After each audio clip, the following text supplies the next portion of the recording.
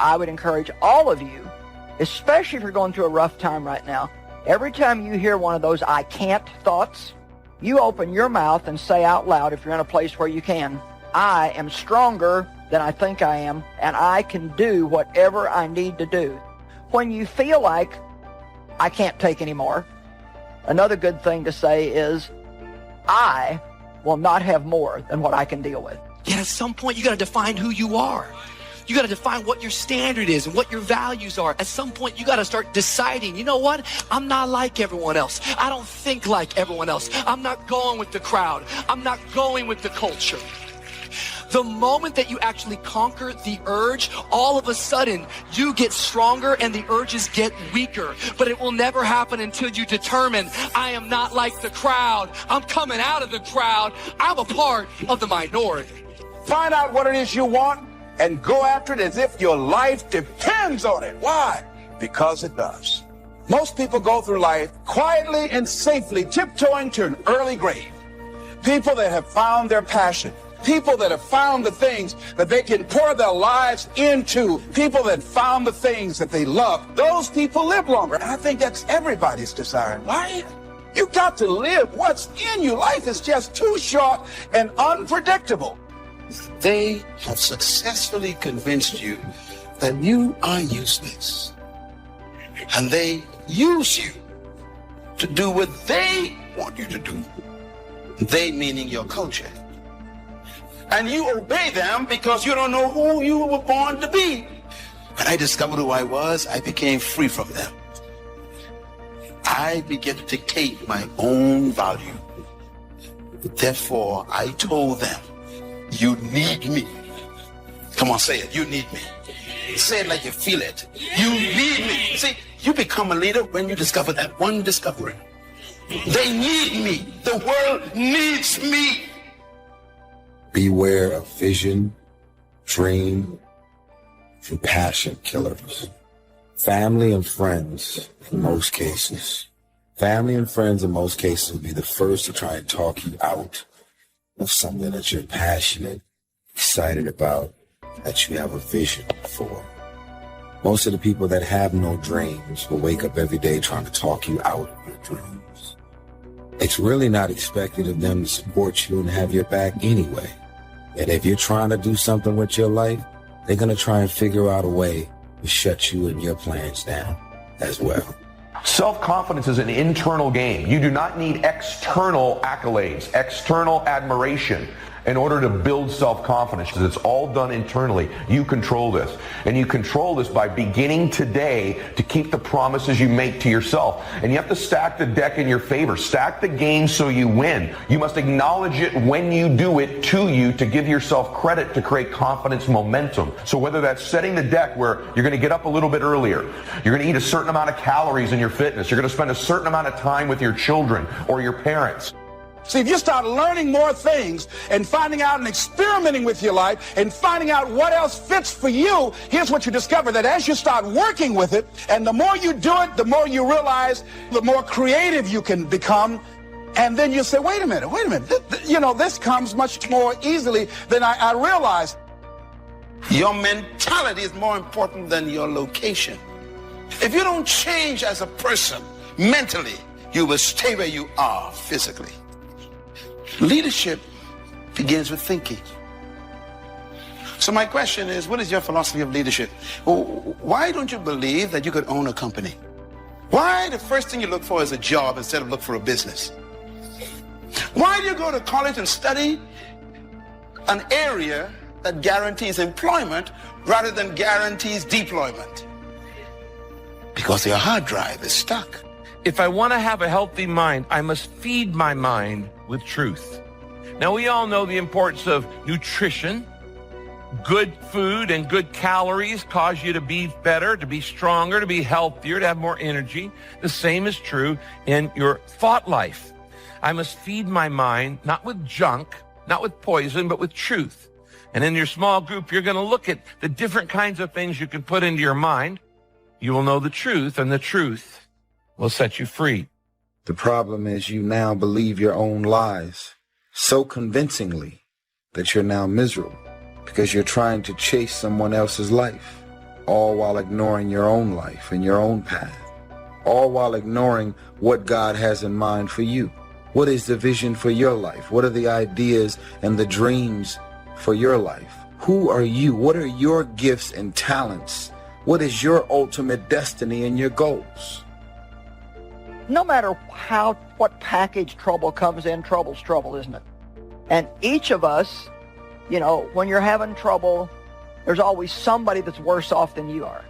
Well, that's true and that's good, but that doesn't mean that your trouble isn't still very important to you. If you're like me, when you have a problem, it's very easy to turn in on yourself and do nothing but think about what you're dealing with, and that's one of the worst things that we can do.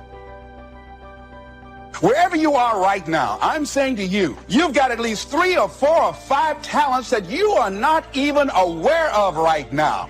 And you'll never be aware of them unless you come outside your comfort zone to see what it is that you might have a knack for, that you haven't discovered as yet. See, most people never discover their true potential because they figure that they're one-dimensional. And they don't try and stretch themselves and learn more. We are educated to be employed, not to be deployed. Seeds deploy themselves and become trees. Fish deploy themselves and they swim. Birds deploy themselves and they fly.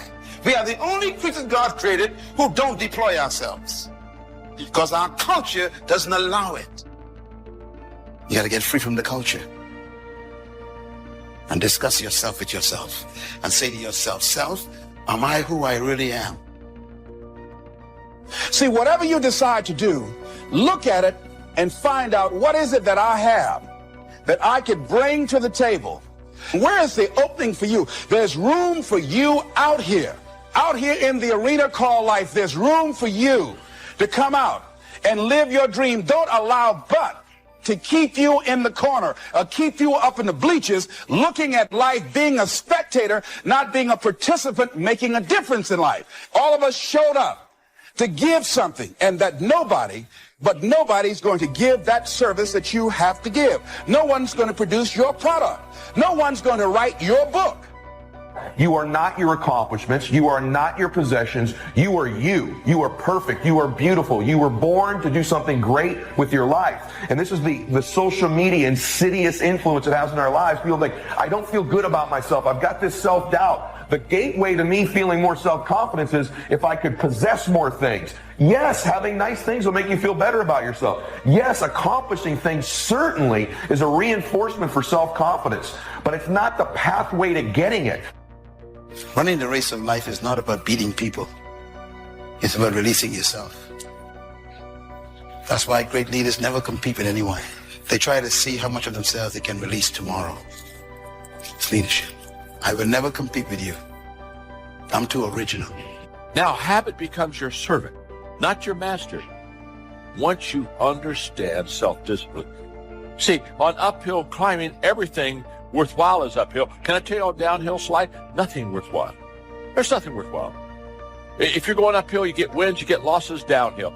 If you're uphill, you're preparing. If you're going downhill, you're repairing. I know people every day, they just repair. They just are fixing yesterday every day. High morale is uphill climbing. Low morale is in downhill sliding.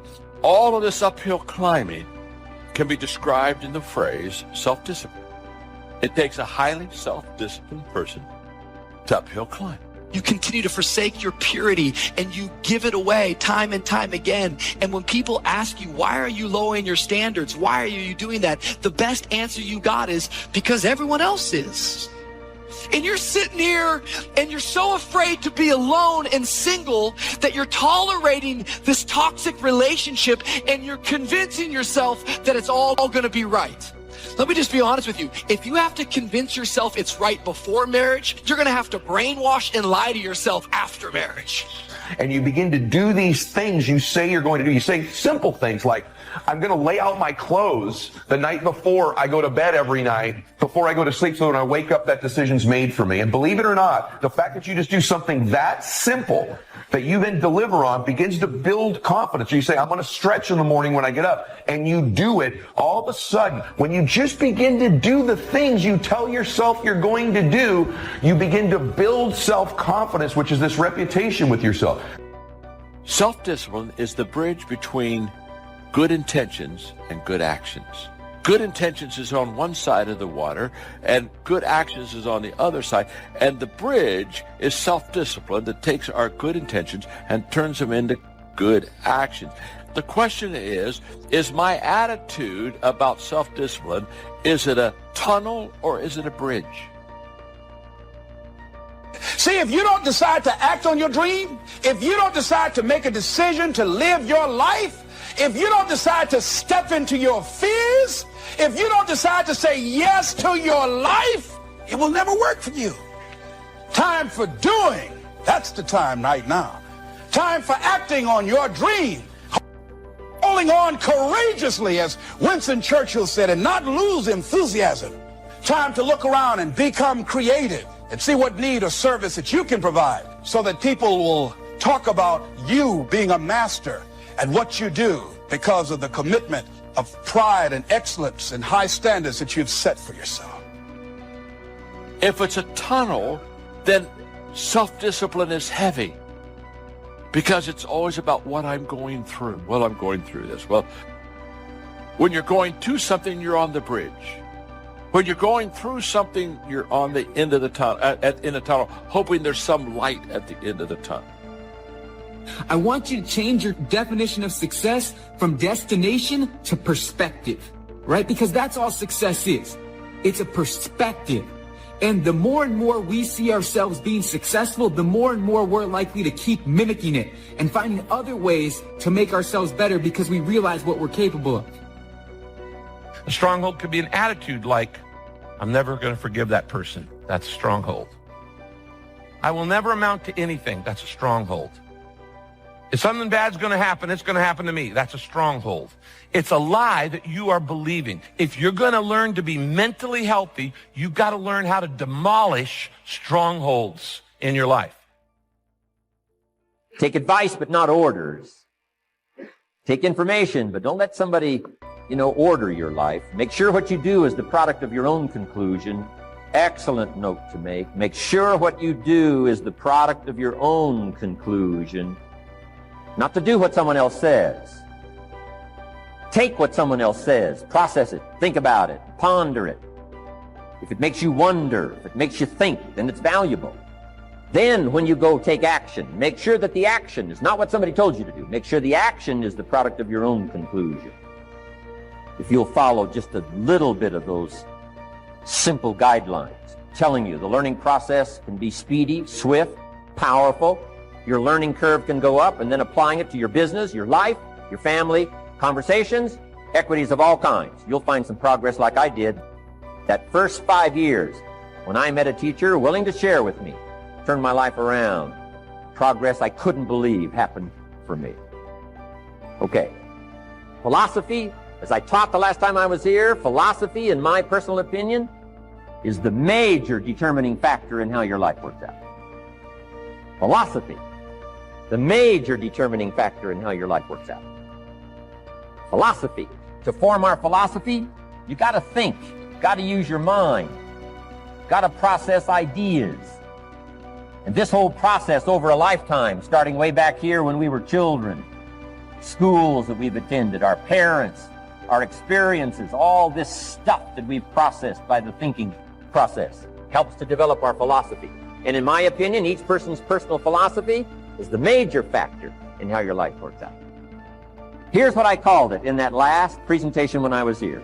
It's called the set of the sail. Each person's personal philosophy is like the set of the sail. Now, I used to think it was circumstances that ordered my life. If someone would have asked me at age 25, Mr. Rohn, how come you're not doing well? Pennies in your pocket, creditors calling, nothing in the bank, behind on your promises to your family, you live in America, 25 years old, got a beautiful family, every reason to do well, and things are not going that well for you, what is wrong here? It would not have occurred to me to blame my philosophy. I mean, it would not have occurred to me. Saying, well, I got this lousy philosophy, and that's how come I got pennies in my pocket and nothing in the bank, and things aren't working well. That would not have occurred to me. I found it much easier to blame the government. Much easier to blame the tax problem. I used to say taxes are too high. Top tax rate when I first started paying taxes, 91%. Back then, when your income reached a certain level, all your income over that, 91%. So I used to say that's too high. Now the top tax rate's about 33%. But people are still saying what? Taxes are too. See, but you can't use that anymore. If it's gone from 91 to 33, how could it be too high? Come on. I threw all that old excuse stuff away. Some people found it, though, and they're using it these days. My old list. I used to blame the traffic, the weather, used to blame circumstances, right? People say I'm too tall, I'm too short, I'm too old. I was raised in obscurity, raised on a farm, parents of modest means, all the stuff. If you were to ask me, how come you find yourself here, Mr. Rohn, age 25, living in America, land of abundance and opportunity, pennies, zero in the bank, not doing well, creditors calling, it would not have occurred to me to blame my philosophy. I found it easier to blame the company policy. I used to say, if this is all they pay, how do they expect you to do well? So I figured that, my future was going to be tied to what everybody else was arranging, the economy and, right, interest rates. I used to say things cost too much. That was my whole explanation, not my philosophy, until my teacher taught me better that this is where the problem was, my own personal philosophy. Here's what's exciting about each person's personal philosophy. That's what makes us different than dogs and animals and birds and cats and spiders and alligators. That's what makes us different than all other life forms. The ability to think, the ability to use your mind, the ability to process ideas, and not just operate by instinct. In the winter, I'm telling you, the goose can only fly south.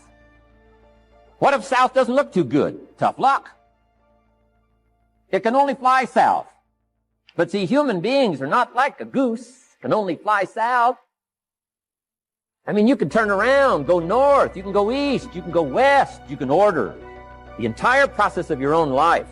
And we do that by the way we think. We do that by exercising our mind. We do that by processing ideas and come up with a better philosophy, a better strategy for our life, goals for the future, okay? Plans to achieve those goals. All this comes from developing our philosophy.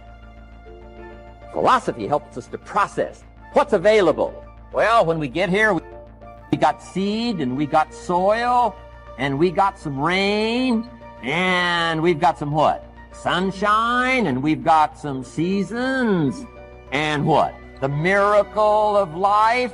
Now, the key is, what do you do with all this stuff? How do you turn all this stuff that's available here into equity and promise and lifestyle and dreams and future possibilities? All of this that's possible now with human beings, how do you take all this stuff and turn it into this equities and values? Well, it starts with philosophy. What is the seed? What is the soil? What is the sunshine? What is the rain? Is it possible to take some of each of all the stuff that's available and turn it into food and turn it into value and turn it into nourishment, turn it into something spectacular and unique that no other life form can do? And the answer is yes. But you cannot deal with all this stuff and what to do with it unless you start refining your philosophy. Think, use your mind, come up with ideas, and strengthen your philosophy. So the seed and the soil and the rain and the sunshine, this is called, the economy and the banks and the money and the schools and everything that's available out there, processing information, what to do with all that, and turn it into equity and value. That is the major challenge of life, my personal opinion. So each person's personal philosophy now is going to determine what you're going to do with seed and soil, sunshine, rain, miracle, change of season. That's it. My personal opinion. Each person's personal philosophy is like the set of the sail. That's what this seminar is for today. Help you to trim a better sail. You don't need a better economy. You don't need better seed and soil. In fact, when it comes to seed and soil and rain and sunshine and seasons and the miracle of life, that's all you got. Now, what if you blame this stuff? Then you're blaming all you got. Guess what I had to do at age 25 in order to change my own future? I had to change my mind. I had to change my thinking. I had to change my philosophy. It was messed up on what was causing my problem. And once I got that straightened out, that all the stuff I blamed, the government and taxes and the marketplace and the economy and things cost too much, negative relatives, cynical neighbors, once I got rid of that and started going for where the real problem was, which was me, I'm telling you, my life exploded into change. My bank account changed immediately. My income changed immediately. My whole life took on a whole new look and color immediately. And the early results I got from making these philosophical changes tasted so good, I've never stopped the process from that day. And I'm telling you, with a little consideration of the refinement of your sail, by setting a better sail, refining your philosophy, your whole life can start to change from today on. You don't have to wait till tomorrow. You don't have to wait till next month. You don't have to wait till spring. You don't have to wait till 93. You can start this whole process immediately. I recommend it. Now, some people do so little thinking, they don't even have their sail up. I mean, you can imagine where they're going to wind up at the end of this week, at the end of this month, at the end of this year. Now's the chance to change, process all this information. So number one is philosophy. Okay. And we dealt with all that, where we get ideas, personal experience, from other people's experiences. I don't want to get into all those details because we covered that the last time I was here. But philosophy, that's number one, my personal opinion. Each person's personal philosophy. Here's the definition of success and failure. Just make this note. Here's failure. A few errors in judgment, repeated every day. It's not what you do for a living. It ain't how much you make. It ain't none of that. It's simply how you think. If you change your thought, you change everything. You change your attitude. You change your altitude. It's all that. It's the law of attraction. Your attitude is everything. That's what money ain't everything, but it's very helpful. It ain't everything, but it's a lot. A seed is a tree, but it must become the tree. And that's the way you are right now. You are a great woman, an awesome man, but you must become. It is my passion, my hope, my anger that no human being die until they are manifested. Let's meet you before you go. Let the world see who you really are before you leave us. Show us yourself. Show yourself. What is your ultimate destiny and your goals? God will never give you something somebody else is supposed to have. So all while you're consumed and focused on somebody else's career, how much they got in their account, their moves, their blessings, and their opportunities, your own career, your own focus, your own path is being further dumped in the back seat. God didn't bring you in this world to be focused on what everybody else is doing. How we feel plays such a major part in our future. First, it's what we know so we can make wise decisions about danger and opportunity. But second is how we feel. First, it's how you feel about the past. You need a healthy attitude about the past so that you use it, not live in it, but use it. Not carry it like a burden. But let the wise lessons you learned from the past now serve as fuel to furnish the future. Next, a good attitude about the future. You've got to set your goals. We look back for experience, but we look forward for inspiration. We must be instructed and inspired. No better inspiration than to set your goals. I started this process when I was 25. Literally rocked my world, changed my life. I had no idea it was so simple. Here's how simple it is. Decide what you want, write it all down. Make a list of the people you want to meet. Make a list of the books you want to read. Make a list of the classes you want to take. Make a list of the skills you want to learn. Make a list of the cities you want to visit. Make a list of the investments you want to have. Just make these lists. Here's the next key now. Start checking them off. Put a lot of little things on some list so you can start checking off something right away. That's part of the fun. Here's what's next. If you check off something major, celebrate, because that inspires you to make a longer list of goals. And put everything on your list, little things, insignificant to someone else, important to you. I put a little revenge on my first list. My mentor said it was healthy. Some of the people who said I couldn't succeed, kid from the farms of Idaho, they went on my list. Couldn't wait to get my new car, drive it up on their lawn. Say, oh, pardon me, here's the money to have it fixed. Just little satisfaction. You have a choice. Your mind has to listen to you. Part of your will is to bring your mind into order. Now, the reason why most people are ineffective in life and actually fail at life is because they've never learned how to fight the battle of the mind. Happiness is both a grasp of the obvious as well as an awe of the mysterious. But for most people around us, happiness seems to be either something left behind or something yet to be discovered. Like all the good things in life, happiness is elusive by nature, but not impossible to capture. If there is a magic word that stands out above all the rest, this is the one: discipline. A lack of self-discipline is a lack of knowing what you want in life. And when you don't know what you want, you won't have any self-discipline power to get there. Self-discipline makes consistency possible, and consistency compounds. It always has, and it always will. In difficult times, it's tempting to get sour.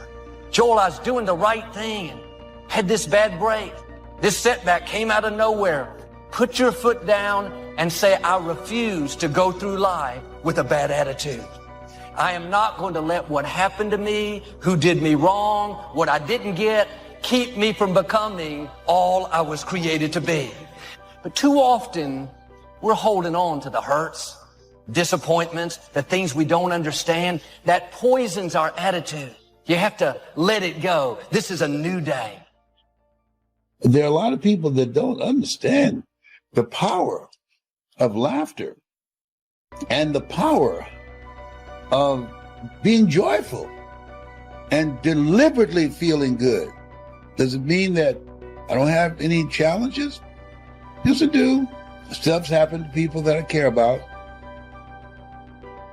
We're so tempted to run somebody else's race.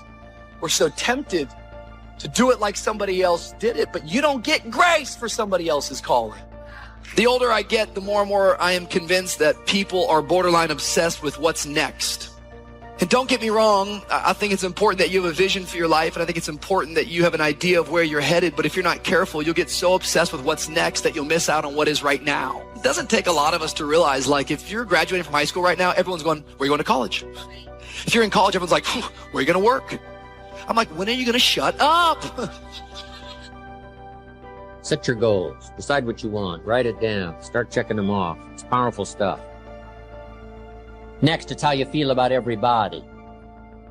If you want to be a leader, true leader, entrepreneur of the highest order, well-respected, unique in your field, here's number one, how you feel about everybody.